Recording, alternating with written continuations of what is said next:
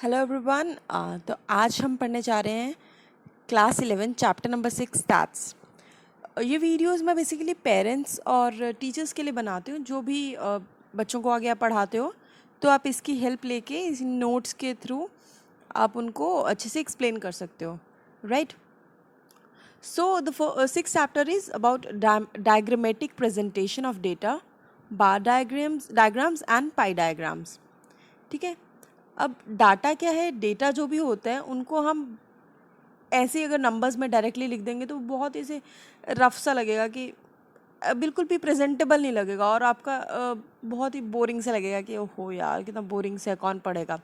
तो इसलिए डेटा क्या है, डेटा को जब भी हम प्रेजेंट करते हैं बहुत ही सिंपल और अट्रैक्टिव मैनर में होना चाहिए, जो कि हम डायग्राम्स के थ्रू कर सकते हैं, उसको बना सकते हैं। So diagrammatic presentation is broadly classified as of 3 types. आगे जो डायग्रामेटिक प्रेजेंटेशन है उसको हम 3 टाइप्स में क्लासिफाई करते हैं। Geometric form, frequency diagrams. अब ज्योमेट्रिक फॉर्म कौन से थे, बार डायग्राम्स हो गए, पाई डायग्राम हो गए। फ्रीक्वेंसी डायग्राम्स कौन से हो गए, हिस्टोग्राम्स, पॉलीगन। इनकी मैं आगे बात करूँगी, आपको सारा एक्सप्लेन करूँगी।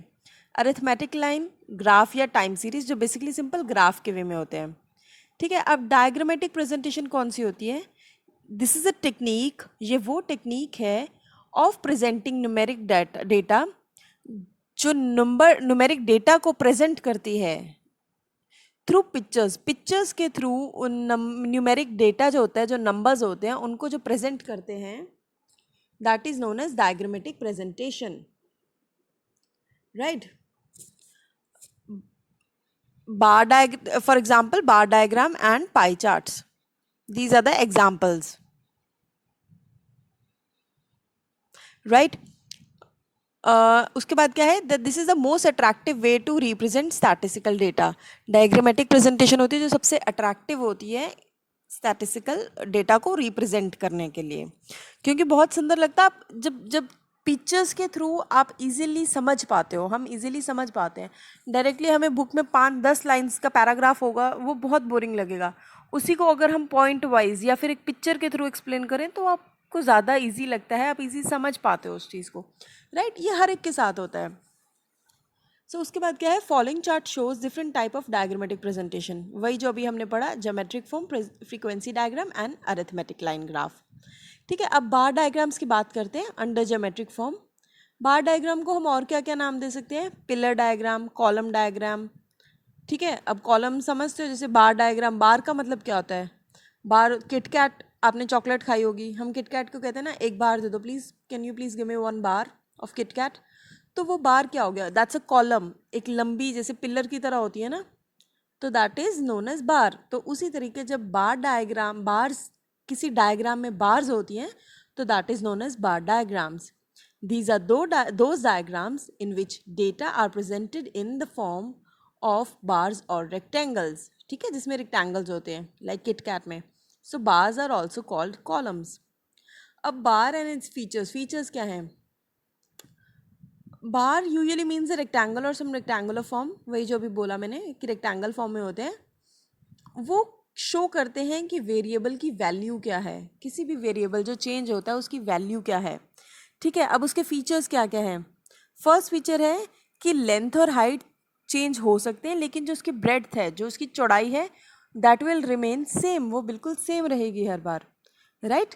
द लेंथ और height of the bars differ accordingly to different values of the variables, that is length में मोर और less but breadth remains the same. Length जो उसकी हाइट होती है वो ऊपर नीचे हो सकती है, लेकिन पूरे ग्राफ में आप देखोगे जो ब्रेड्थ है, चौड़ाई है, वो हमेशा सेम रहेगी। ठीक है। अब दूसरा फीचर क्या है कि वो हॉरिजॉन्टल भी हो सकता है, वर्टिकल भी हो सकता है। अब जैसे मैंने ऊपर देखो, आप हॉरिजॉन्टल के ऊपर आपको दिख रहा है ना, एक डायग्राम से बना रखी है छोटी सी, दैट इज़ वर्टिकल, और हॉरिजेंटल भी होती है, तो ये हॉरिजॉन्टल भी हो सकती है, वर्टिकल भी हो सकती है। नेक्स्ट है bars are equidistant from each other. Equidistant का मतलब क्या है, equidistant means equally far from 2 और मोर प्लेसेस, 2 या अधिक स्थानों से समान दूरी पर जब स्थित होते हैं तो these are known as equidistant.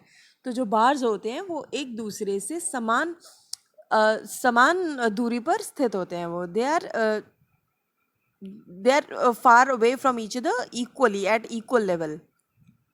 All bars are based on some common base line, एक ही सिंगल लाइन होती है जिसके ऊपर सारे बार्स बने होते हैं, ठीक है। या तो वो असेंडिंग ऑर्डर में होंगे या फिर डिसेंडिंग ऑर्डर में उनको प्रेजेंट किया जाता है डेटा को। और उसी तरह अगर उसको और अट्रैक्टिव बनाना हो तो उसमें हम कलर्स भी डिफरेंट डिफरेंट कर सकते हैं, जिससे और अट्रैक्टिव लगता है, सुंदर लगता है, ईजिली समझ पाते हैं हर कोई। अब टाइप्स क्या हैं, बार डायग्राम कितने टाइप के हैं। सिंपल बार डायग्राम होता है, उस सिंपल बार डायग्राम में क्या होता है कि इसमें एक ही वेरिएबल होता है, जहाँ भी सिंगल सेट हो वहाँ हम सिंपल बार डायग्राम यूज़ करते हैं, ठीक है। These are those diagrams which are based on a single set of numerical data. अब फॉर एग्जांपल बर्थ रेट के ऊपर हमने डेटा बनाना है तो हम सिंगल वेरिएबल हो गया, डेथ रेट पे बनाना है तो single variable, production level single variable. Single variable means सिर्फ एक ही चीज़ पे आपको डेटा बनाना है तो सिंपल बार डायग्राम आएगा। मतलब अलग अलग ईयर्स हो गए, सपोज 2001-2 में क्या हुआ, 2002-3 में बर्थ रेट क्या था, 2003-4 में बर्थ रेट क्या था, तो वेरिएबल क्या है, वेरिएबल तो सिंगल है ना, तो इसलिए जिसमें एक वेरिएबल हो उसमें सिंगल बार डायग्राम यूज़ करते हैं। अब इलस्ट्रेशन दे रखी है बर्थ रेट की, 1951-60 में 45 थे, 61-70 में 35 थे, 71-80 में 30 थे। तो इस तरीके से वेरिएबल क्या हो गया, सिंगल, ईयर्स अलग अलग में आया, तो हम इस पर क्या करेंगे, सिंपल बार डायग्राम। ये देखो, अब हमने लेफ्ट साइड पे बर्थ रेट कर लिया कि 0 से 50 तक मैक्सिमम कितना नंबर गया है, 45, तो हमने 50 तक बना लिया। और राइट साइड पे हमने ईयर्स मेंशन कर लिए। अब देखो इसमें क्या है, जो चौड़ाई है वो सबकी सेम है लेकिन लेंथ ऊपर नीचे है, ठीक है। दूसरी चीज़, सभी देखो, सभी ये जो 45, 35, 30 जहाँ लिखे हैं, सभी इक्वल लेवल पे एक दूसरे से दूर हैं, राइट। तो देखो कितनी आसानी से समझ आ रहा है कि 51-60 में 45 बर्थ रेट था, 61-70 में 35 था, 81-90 में 28 था। समझ रहे हो, तो इस तरीके, इसको कहते हैं वर्टिकल बार डायग्राम। अब यही अगर इलस्ट्रेशन 2 को हम हॉरिजॉन्टली करें तो ये हमारे पास अलग एग्जांपल आ गया स्टूडेंट्स और मार्क्स का, कि 6 स्टूडेंट्स हैं, ABCDEF, उनके इतने इतने मार्क्स हैं। अब मैक्सिमम नंबर क्या है, 300, तो हम राइट साइड पे क्या लेके चले गए, 350। थोड़ा सा बार को एक्सटेंड कर सकते हो डायग्राम को, एक्स और वाई लिख के, वेरिएबल्स है ना, X and Y, these are the variables, कि एक्स क्या शो कर रहा है, मार्क्स, और वाई वाली जो लाइन है वो क्या शो कर रही है कि कितने स्टूडेंट्स हैं। तो ABCDEF लिख लिया और नीचे मार्क्स लिख लिए। तो ये हॉरिजॉन्टली हमने बना दिया कि A के 300 मार्क्स थे, B के 250 थे, C के 200 थे, राइट। अब इसके बाद क्या है, मल्टीपल बार डायग्राम, सेकेंड टाइप जो है। मल्टीपल में क्या होता है कि इट हैज़ मल्टीपल वेरिएबल्स, इसमें 2 सेट्स ऑफ सीरीज हो सकते हैं, अलग अलग सीरीज हो सकती है। It has multiple bars multiple रहेंगी। This graph is use to compare quantities और अमाउंट्स। ये तब ग्राफ काम आता है जब हमें कोई कंपैरिजन करना हो, ठीक है। अब जैसे यहाँ पे आ गया, पिछली बार में बर्थ रेट था, इस बार हमने साथ में डेथ रेट भी कंपेयर करना है कि बर्थ रेट क्या है और डेथ रेट क्या है उसी साल में। तो अब हमने क्या आ गया, ये मल्टीपल आ गया, देखो, देख रहे हो ना, 46, 36, 45, 31 कि एक ही साल में 46 बर्थ रेट था, 36 डेथ रेट था। जो डार्क वाला है उसको हमने लिख दिया कि ऊपर समझा दिया ना कि बर्थ रेट डार्क वाला नंबर है और डेथ रेट लाइट कलर वाला है। तो इस तरीके से अब ग्राफ कैसे बनाएंगे मैं आपको एक्सप्लेन करती हूँ। सॉरी, एक लाइन लेके जाएंगे एक्स वेरिएबल की, एक वाई वेरिएबल की, वो आपकी मर्जी है, आपको हॉरिजॉन्टली बनाना है कि वर्टिकली बनाना है, ठीक है। वाई वेरिएबल पे हमने बर्थ रेट डेथ रेट ले लिए, एक्स वेरिएबल पे ईयर ले लिया। उसके बाद हमने नीचे ईयर्स मेंशन किए, उस ईयर में कितने बर्थ रेट क्या था, और 46 था तो 40 और 50 के बीच में होगा, तो हमने 46 तक ले गए। जो 36 है वो 30 और 40 के बीच में होगा, तो हमने 36 वहाँ तक ले गए। तो इस तरीके से बर्थ रेट और डेथ रेट को एक्सप्लेन कर रखा है, ठीक है। अब थर्ड पार्ट आता है सब डिवाइडेड बार डायग्राम और differential bar diagram. Subdivided कौन सी होती है, it is used to represent data in which total magnitude bar is divided into different components, right. इसमें क्या होता है कि डेटा का जो पूरा मैग्नीट्यूड, पूरा टोटल अमाउंट होती है, उसको हम डिवाइड करते हैं एक ही बार में डिफरेंट कंपोनेंट्स में। समझ रहे हो, अब जैसे एक बार है, बार को ही हमने आगे बीच में डिवाइड कर दिया 2 या 3 टाइम्स, ये देखो नीचे 110, 64, 46, तो इसमें क्या हुआ है, हमने बार्स को डिवाइड करा है, तो ये कौन सी टाइप होगी? सब डिवाइडेड बार डायग्राम। देखो आप मतलब समझो इसका जो लिखा हुआ है कि सब डिवाइडेड बार डायग्राम। बार डायग्राम है, रेक्टेंगल चॉकलेट बार वाली बार डायग्राम बना दी, उसके बाद उन्होंने क्या किया? सब डिवाइड, खुद को ही उसमें से डिवाइड किया है। तो आपने क्या करना है? बार्स को डिफरेंट वे में डिवाइड कर देना है, ठीक है। उसके बाद आता है in this first we make simple bars for each class.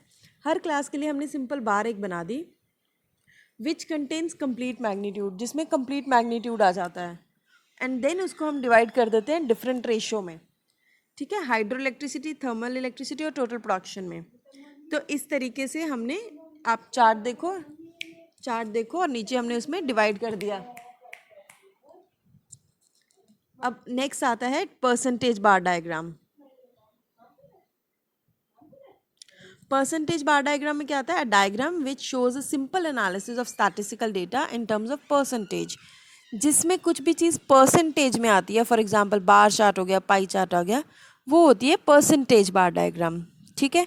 Percentage में क्या करते हैं? हम जो टोटल वैल्यू लेते हैं उसको 100 लेते हैं, एज्यूम करते हैं कि total length of bar is assume to be 100।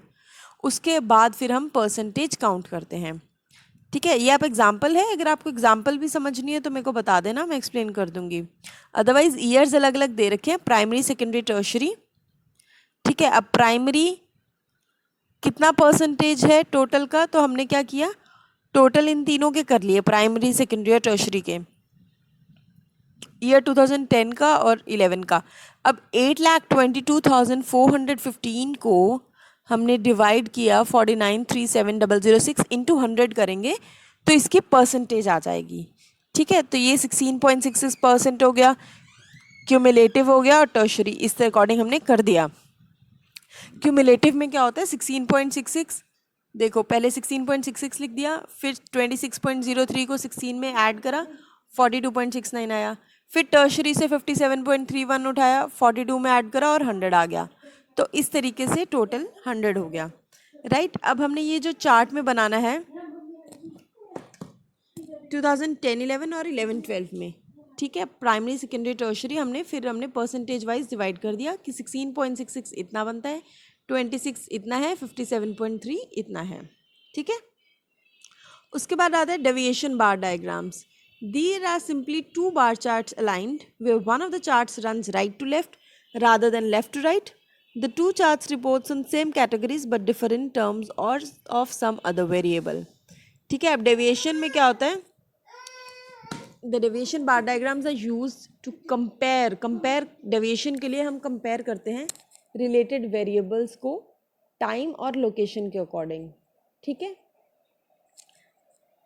Bars representing positive and negative deviations are drawn above and below the baseline.